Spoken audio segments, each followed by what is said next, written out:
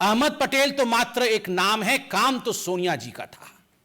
नाम अहमद पटेल, काम सोनिया जी, इसलिए अपने मुख्य राजनीतिक सचेतक, अपने मुख्य पॉलिटिकल एडवाइजर अहमद पटेल के माध्यम से सोनिया जी ने गुजरात के छवि को धूमिल करने की चेष्टा की। अहमद पटेल जी के माध्यम से सोनिया जी ने नरेंद्र मोदी जी को घेरने की चेष्टा की, उन्हें अपमानित और उन्हें किस प्रकार से निष्कासित किया जाए इसकी चेष्टा की। और यह पूरे षड्यंत्र की रचयिता सोनिया गांधी है। आज जो रिपोर्ट आए हैं वो दिल को दहला देते हैं कि यह सब जो षड्यंत्र कर रही थी, जो मैलिशियस काम कर रही थी तीस्ता सितलवाड़, इससे प्रसन्न होकर, अति प्रसन्न होकर सोनिया जी ने पद्मश्री दिया 2007 में तीस्ता सितलवाड़ को। केवल पैसे नहीं, पद्मश्री भी दिया गया। और ये पद्मश्री देने का काम तो अहमद पटेल जी नहीं, ये तो सोनिया गांधी जी खुद कर रही थी, चयन तो वही करती थी। और याद रखिए, ये तीस्ता सितलवाड़ सोनिया गांधी जी के किचन कैबिनेट अर्थात एनएसी, नेशनल एडवाइजरी काउंसिल की मेंबर थी।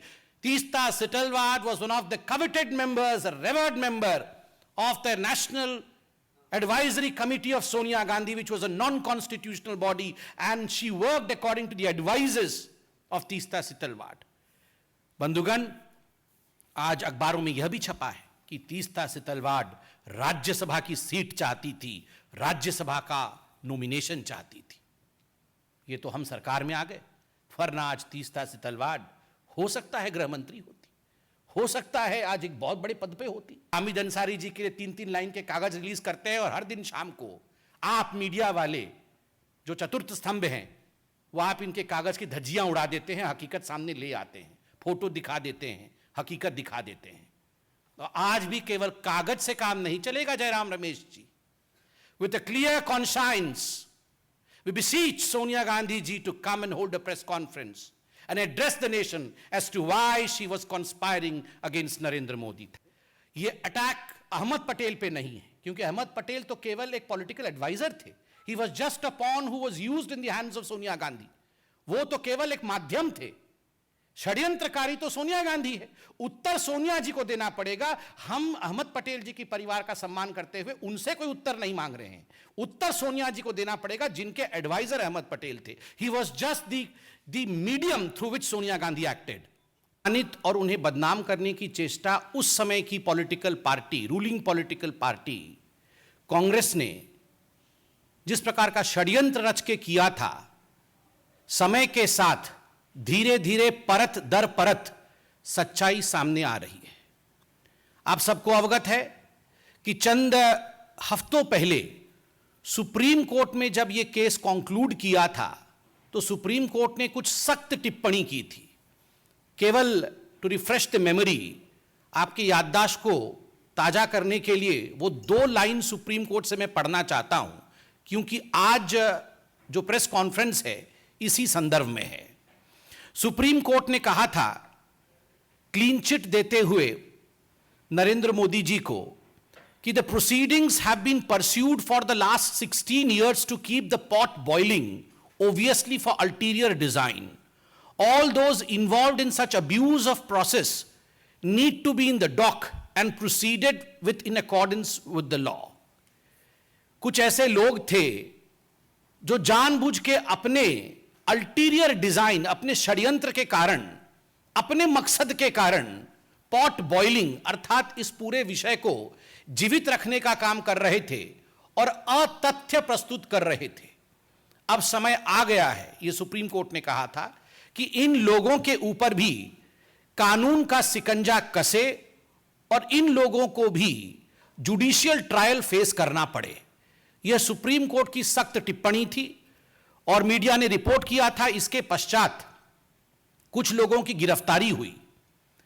Teesta Setalvad, B Sreekumar, IPS officer Sanjiv Bhatt, कुछ लोग गिरफ्तार हुए। उनके ऊपर एक एसआईटी बैठाया गया था। आज सुबह से मीडिया रिपोर्ट के माध्यम से देश देख रही है कि ये जो एसआईटी है, एसआईटी ने अपने एफिडेविट को कोर्ट में सबमिट किया है।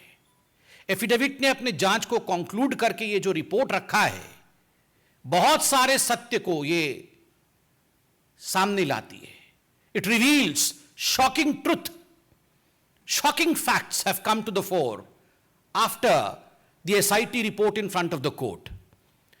बहुत स्पष्ट रूप से यह एफिडेविट कहती है कि तीस्ता सितलवाड़ और उनके साथी, उनके सहयोगी जो काम कर रहे थे, वो मानवता के लिए काम नहीं कर रहे थे। वो एक पॉलिटिकल डिजाइन के साथ, एक पॉलिटिकल ऑब्जेक्टिव के साथ, एक राजनैतिक मंसूबे के साथ काम कर रहे थे। और उनका मंसूबा क्या था? उनका दो टूक मंसूबा था। They had to objectives. ये दो पॉलिटिकल ऑब्जेक्टिव्स क्या थे? प्रथम पॉलिटिकल ऑब्जेक्टिव था dismissal and destabilisation of the publicly elected Gujarat government. उस समय जो राज्य की सरकार थी गुजरात में, किस प्रकार से उसे बर्खास्त किया जाए और उसे अस्थिर बनाया जाए, यह प्रथम राजनीतिक मनसा, यह प्रथम पॉलिटिकल ऑब्जेक्टिव तीस्ता सितलवाड़ और उनके मित्रों का था, उनके साथियों का था। और जो दूसरा मनसा था, the second political objective was to frame innocent people in Gujarat right 2002, जिसमें आदरणीय प्रधानमंत्री नरेंद्र मोदी जी का नाम भी शामिल है। किस प्रकार से नरेंद्र मोदी जी के नाम को शामिल किया जाए, किस प्रकार से उन्हें अपमानित किया जाए, उनको किस प्रकार से पदच्युत किया जाए, किस प्रकार से उन्हें परेशान किया जाए, ताकि भविष्य का एक लीडर जो भारतीय जनता पार्टी को आगे लेने की क्षमता जिसमें है, उसे रोका जा सके। इस मनसा के साथ तीस्ता और उनके साथी काम कर रहे थे। ये जो पॉलिटिकल ऑब्जेक्टिव था, इसका खुलासा एफिडेविट में हुआ है। एफिडेविट ने स्पष्ट रूप से कहा है कि ये जो कॉन्स्पिरेसी, ये जो षड्यंत्र है, this conspiracy was to malign the image of Gujarat. केवल नरेंद्र मोदी और केवल राजनैतिक दृष्टिकोण से नहीं, गुजरात किस प्रकार से इसमें उसके चित्र को मलिन किया जाए, इमेज ऑफ गुजरात को धक्का पहुंचे, यह षड्यंत्र भी तीस्ता सितलवाड़ और उनके साथी कर रहे थे।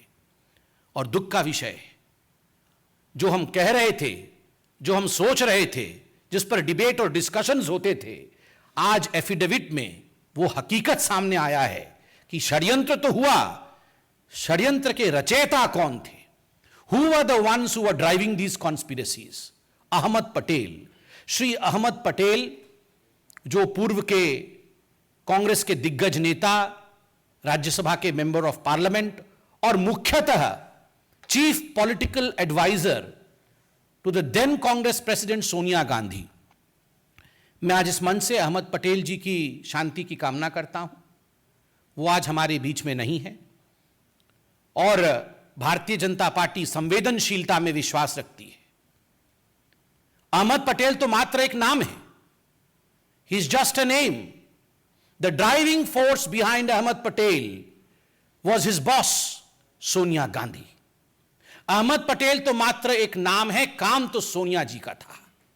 नाम अहमद पटेल, काम सोनिया जी, इसलिए अपने मुख्य राजनैतिक सचेतक, अपने मुख्य पॉलिटिकल एडवाइजर अहमद पटेल के माध्यम से सोनिया जी ने गुजरात के छवि को धूमिल करने की चेष्टा की।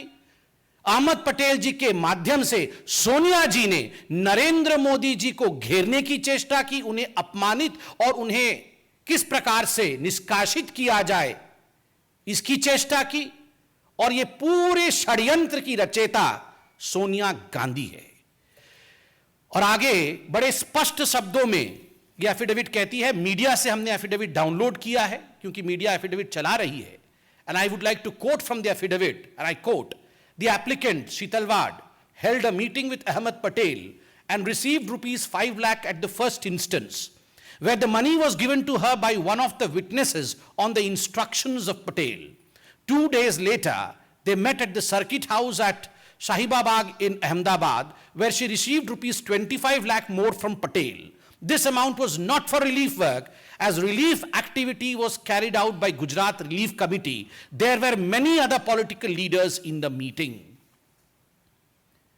पैसे दिए गए और जो पहला किस्त गया है, वो पहला किस्त 5 + 25 अर्थात 30 लाख का पहला किस्त सोनिया गांधी जी ने तीस्ता सितलवाड़ को दिया।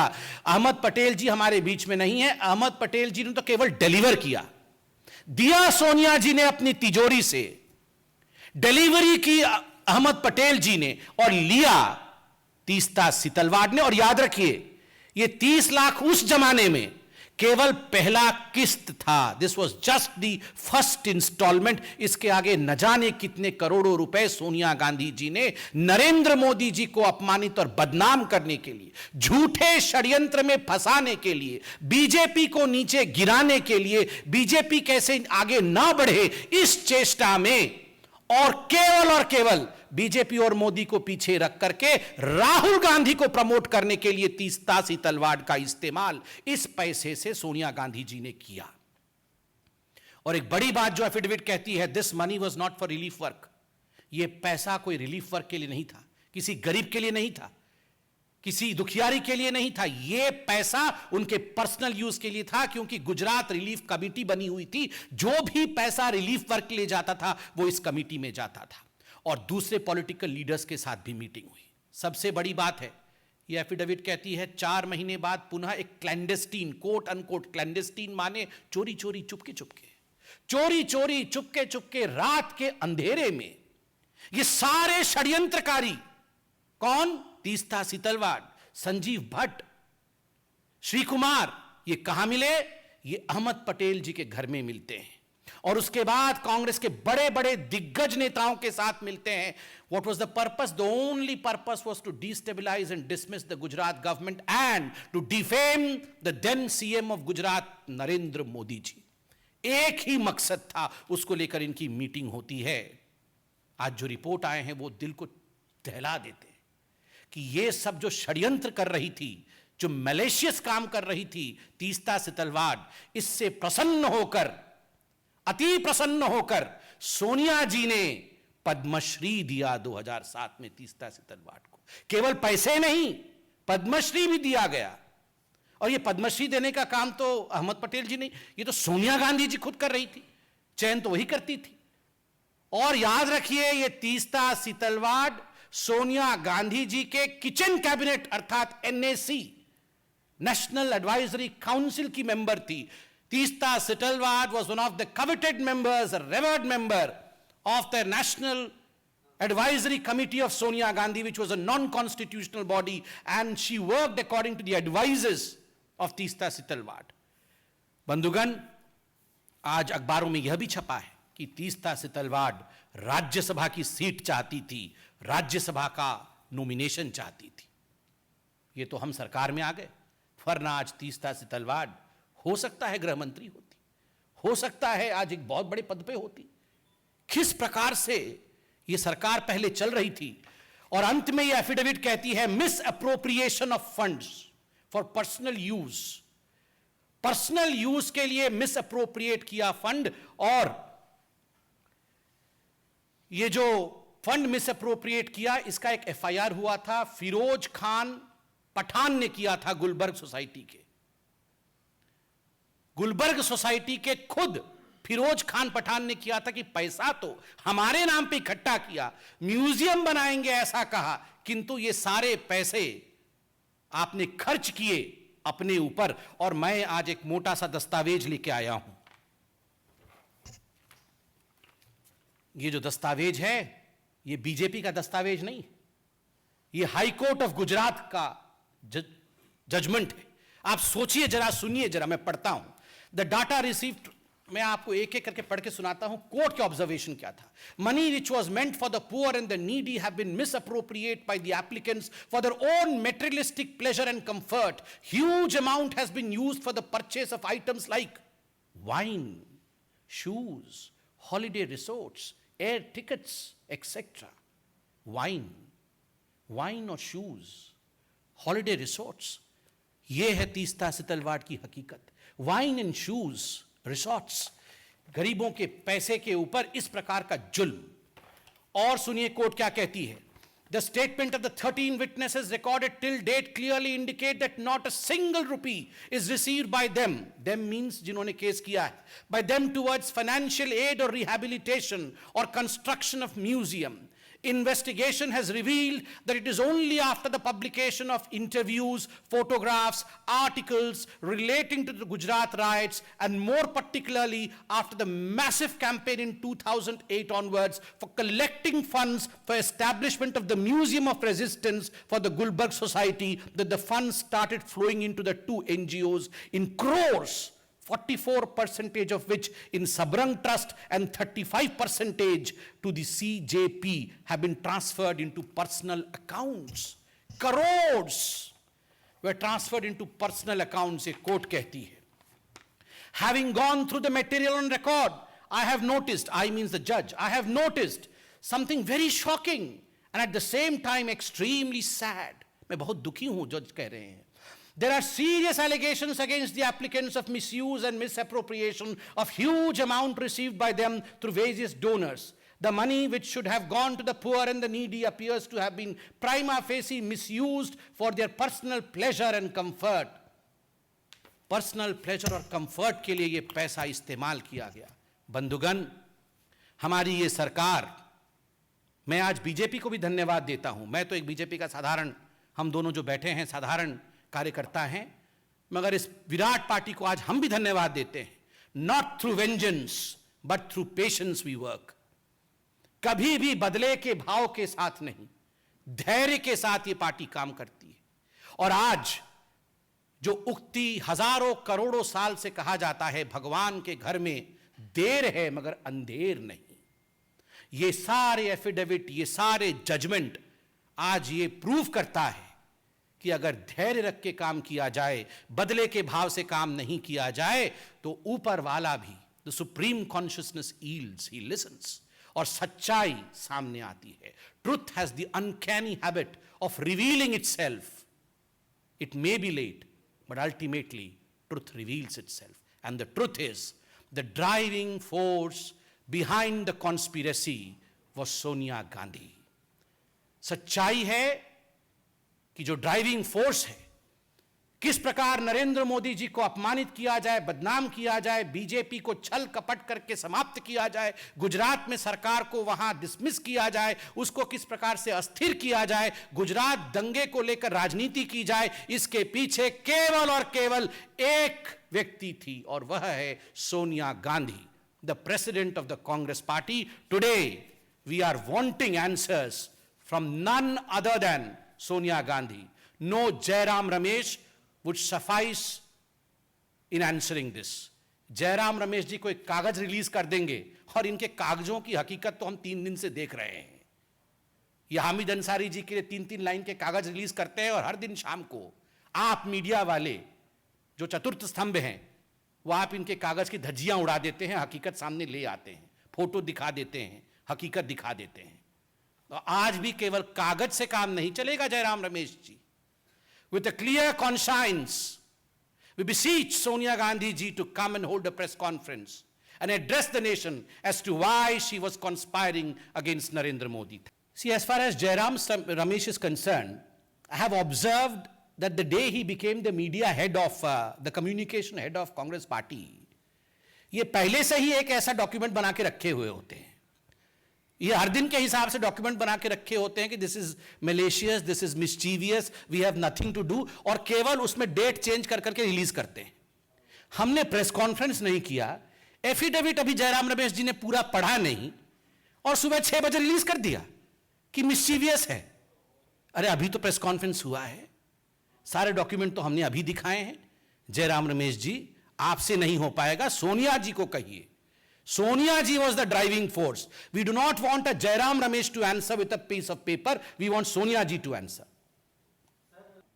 देखिए, पहला मैं उत्तर देता हूं जो आपका पहला प्रश्न था कांग्रेस पार्टी की सफाई को लेकर. मैंने अभी अंग्रेजी में भी कहा, मैं हिंदी में कहता हूं कि कांग्रेस पार्टी हर विषय पर यही उत्तर देती है कि यह दबाव की राजनीति हो रही है, एसआईटी दबाव में काम कर रही है. 2 हफ्ते पहले जब सुप्रीम कोर्ट ने जजमेंट दिया, सुप्रीम कोर्ट ने कहा keep the pot boiling for ulterior design. षड्यंत्रकारी पूरे इस षड्यंत्र में शामिल थे, तो क्या ये सुप्रीम कोर्ट दबाव में काम कर रही थी? कांग्रेस क्या कहना चाहती?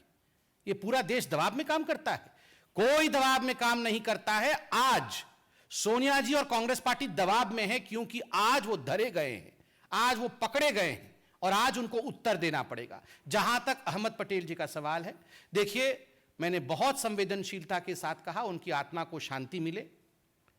यह अटैक अहमद पटेल पे नहीं है, क्योंकि अहमद पटेल तो केवल एक पॉलिटिकल एडवाइजर थे। He was just a pawn who was used in the hands of Sonia Gandhi. वो तो केवल एक माध्यम थे, षड्यंत्रकारी तो सोनिया गांधी है। उत्तर सोनिया जी को देना पड़ेगा। हम अहमद पटेल जी की परिवार का सम्मान करते हुए उनसे कोई उत्तर नहीं मांग रहे हैं, उत्तर सोनिया जी को देना पड़ेगा, जिनके एडवाइजर अहमद पटेल थे। He was just the medium through which Sonia Gandhi acted. See, I have answered the two parts to it. As far as the last part is concerned, why no action against people? I have categorically stated and I have thanked the Bharatiya Janata Party that this party does not believe in vengeance. This party believes in fact. This party believes in patience. This party believes in a judicial process. This party believes in institutions which have been laid down by our forefathers constitutionally. हम लोगों को विश्वास है एक judicial प्रक्रिया के ऊपर, और इसलिए कुछ भी काम हम बदले की भाव के साथ नहीं करते हैं। और इसीलिए किसी को घर से घसीट के लाना, किसी को गिरफ्तार करना, ऐसी प्रक्रियाओं पे हम विश्वास नहीं करते हैं। हम debate, discussion, investigation, courts, judicial process, इनमें विश्वास करते हैं।